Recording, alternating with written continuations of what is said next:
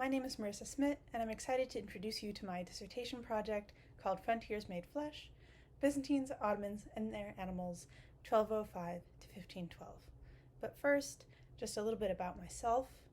I began studying the Middle Ages while an undergraduate at the University of St. Andrews, later graduated from Indiana University Bloomington with an MA in Central Eurasian Studies, and I'm currently a PhD candidate in history at Harvard University.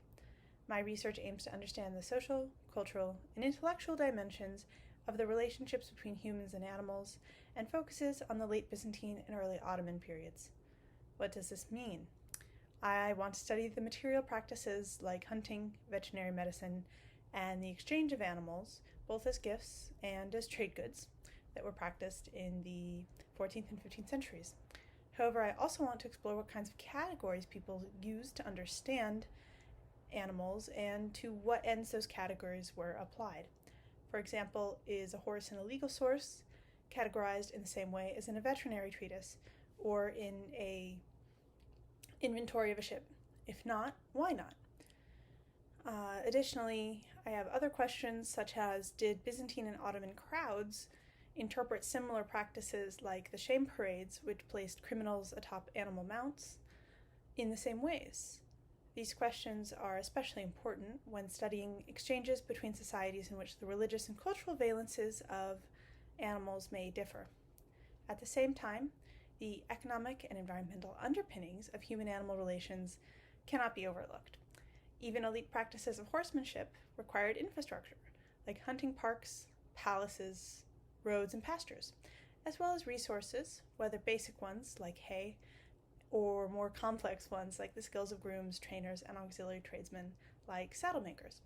For this reason, I am also interested in the geographies of hunting, pastoralism, and other activities. Where in the landscape are animals encountered, and how does this change through time? Answering these questions speaks to how animal bodies and their needs played a role in the management of land, markets, and relationships. For example, animals were central to life in the Topkapi Palace, not only at the stables but also in the vast gardens. Movements of goods like hay and manure connected palace institutions with a wider economy, and fodder, like horses themselves, were part of the gifts the Sultan provided to his certain servants. In this way, they joined the more exotic animals on display within gardens and depicted in manuscript pages, and assisted in the ideological production of power. This prompts me to ask, how is knowledge about these animals produced, patronized, and consumed, and by whom? While a fellow at ANAMED, I will be focusing largely on the Ottoman side of my story. When reading early court records, like those from Bursa and Edirne, I hope to note instances of shameful parading, impounding of animals, and animal ownership, supplemented by published probate records. I am also considering using defters to study management of meadowland in comparison with the market regulations of these kinds of goods. In addition to these legal and documentary sources, I hope to use the catalog of Bayezid II's library to understand what kinds of animal knowledge were available in the 15th century and complement this with readings of texts like the Ajaibul Mahlukat. Here, the translation of pre-existing works into Turkish and the collection of Arabic and Persian works may help to illustrate what kinds of animal knowledge were sought and cultivated, and the ways in which animals embodied imaginative geographies and symbolized ideas about natural orderings of status and gender, among other things. I'm also considering exploring Lataif collections and almanacs, which can provide insight into social stereotyping of occupations like hunters, and other ways of understanding animals and their interplay with agricultural life. One challenge I anticipate with this project is the broad nature of the topic and the diffusion of information relevant to it across a wide variety of sources. I expect that as my research proceeds, my topical focus will narrow.